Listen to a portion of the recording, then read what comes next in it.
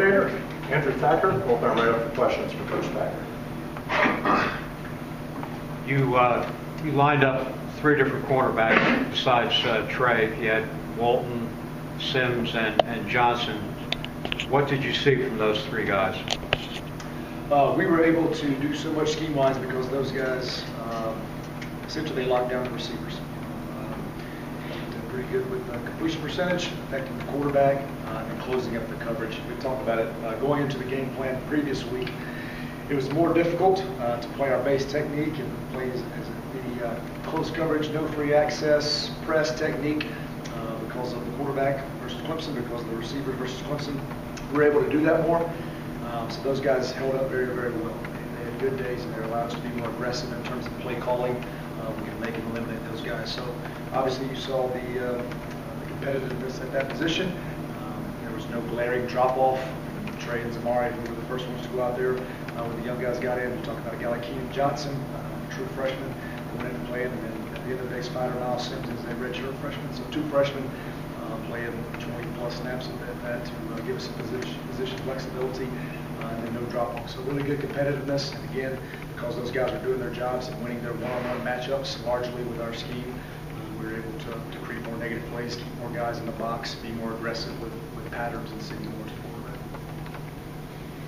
With Charlie Thomas, I know you said in the past that he was somebody that you fought for specifically to stay in your room, to stay at linebacker position. What were kind of your points as far as wanting to keep him there and then kind of seeing what he was able to do on Saturday? How is that a highlight of that process that he's kind of been on? So when we're preparing for an offense, you're always trying to find who can hurt you. Who are the game disruptors? Is it the quarterback? Is it the running back? Is it the receivers? Whatever that is. From the opposite side of the perspective, we're trying to find who can be the most disruptive humans in the game. For whatever reason, Charlie Thomas has a playmaking ability. So with that will position, that inside linebacker position, he's able to be covered up by down linemen and be aggressive. We can send him on patterns, or we can get him in coverage, and then he's just got a way of being a playmaker. So you're trying to find game disruptors, and then 2 sacks and a forced ball mold. So just being around the football a lot, you're able to see that out of him. So the best thing about Charlie last week, he earned his right to do that. He had a great week of practice, and he showed up on Saturday. So we're looking for him to press repeat and continue to disrupt and create negative plays. He was part of 2 of the sacks, 2 of the 4 sacks, and then part of 3 of the 9 TFLs, which really put us in good positions as we got later in downs to be successful in 3rd downs. So pleased with his effort. He got a lot of recognition about it, so you just got to keep going. On the flip side, the Mike linebacker, maybe production-wise, hasn't been what you'd like. Kind of what do you see there, and is that kind of still kind of in flux there? Sure. So David Curry has been the first guy to get the reps there. Again, we talk about real game experience. We're lacking in that, so we're creating that every down. He has that. He does a great job as a leader. He does a great job, that Mike linebacker, has to communicate so much for the front, for the coverage. He takes great pride in that. He has had excellent weeks of practice. He hasn't necessarily missed plays. Certainly has a missed tackle here and there, but he hasn't necessarily played poorly.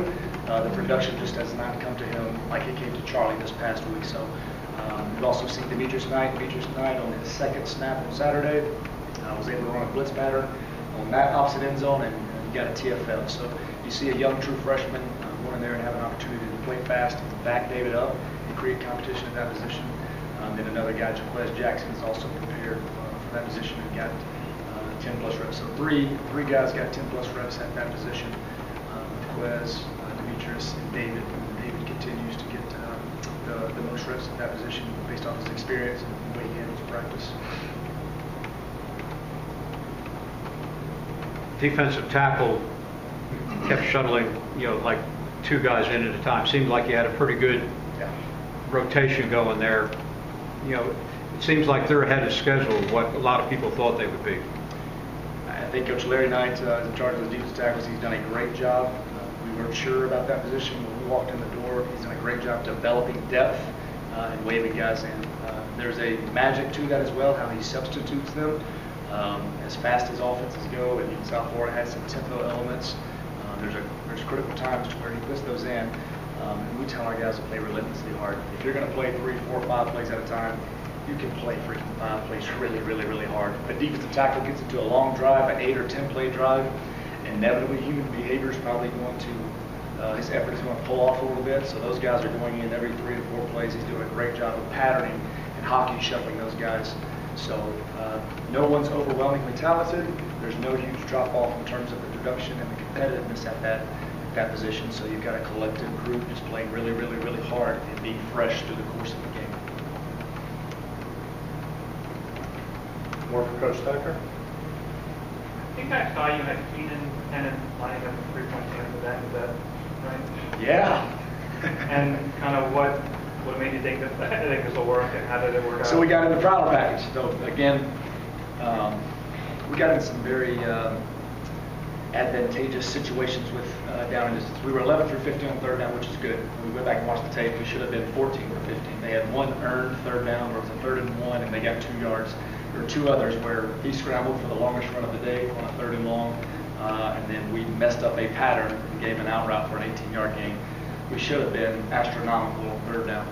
So I say that to say we got ourselves in those situations, creating negative plays early on, getting them in 3rd and long, so then we got into good situations. When we get into those situations, we can be really creative with who we throw in the field. So that was our joker package, our prowler package, our sub package to get as many fast defensive and disruptive players on the field. So we had a package where Keenan was a primary rusher. At one point, he was a 9 technique defensive end, going up and under on a defensive tackle. He's doing that as a true freshman, 184-pound cornerback. But we're just trying to be creative. Again, you guys have asked quite a bit. We don't have Von Miller right now on our team. We don't have Khalil Mack. So we're not going to be confined by body types or by tradition. We're going to be creative and try to find disruptive players.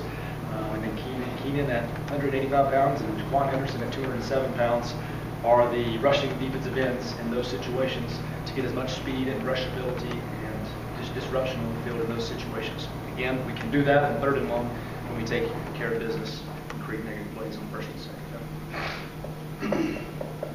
You're facing something a little bit different this week in terms of you're getting an option look, and I imagine without the depth of linebackers, maybe you want to play, you kind of maybe stick with your traditional base defense as kind of the foundation. Do you feel comfortable with like Caleb playing kind of down in the box like that? Yeah, absolutely. Tariq and Caleb are bigger than some of our linebackers, so, so we're fine structurally. And we've got a lot of experience with this. I say we, I don't know if Coach Collisn gave you guys any history lesson, but I grew up in the Southern Conference. Southern Conference was old Georgia Southern, old Citadel, old Wofford. So I grew up playing against the triple option. Coach Collisn was a Western Carolina guy, a Western Carolina defensive coordinator. He has faced this type of offense many a time with our Southern Conference roots. The last 2 seasons at Temple, we've had to face Army and we've had to face Navy twice. We lost to Army in an unbelievable battle in overtime. We got over 14 points. They scored on a 2-minute drive to make the score 21-21. We missed a field goal to lose that game. That was when they were an 11-10 team. Navy the last 2 years. So we've got a bunch of experience with our staff, and obviously familiarity with Coach Collisn and I preparing for these things. So we won't blink, we won't flinch. There's new words for our players. Obviously we also have the added advantage of, you know, a Rentavious Glanton or a David Curry or a Bruce Jordan Swilling who's been around here for a while, and they've defended 1 billion snaps of double slide versus from spring ball to fall camp on. So I see it as an advantage. That being said, Citadel does a great job. As we all know, that offense is the great equalizer in terms of talent. It does not matter that Citadel's an FCS team. It does not matter any talent disparity, because that offense can equalize anything if they execute at a high level. So I'm going on further than what you asked there, Kelly, but we're going to do a great job of executing and doing our job and doing our assignment. Time for one more for Coach Thacker. Is the plan still to move Owens inside and out? Yeah, that's exactly right. Yeah, and then we'll see that. We'll get into different front structures. There's 0 chance we'll just sit in one front this week, so it'll be inside and outside. Has done a great job managing that. You kind of think it should be easy assignment-wise if you're defensive tackle or defensive end, but we move and stun so much that there's a lot to learn, so we put a lot on his plate. Appreciate how he's handled that. He's played a bunch of downs at both spots for us in those first 2 years. All right. Well, thanks, Coach.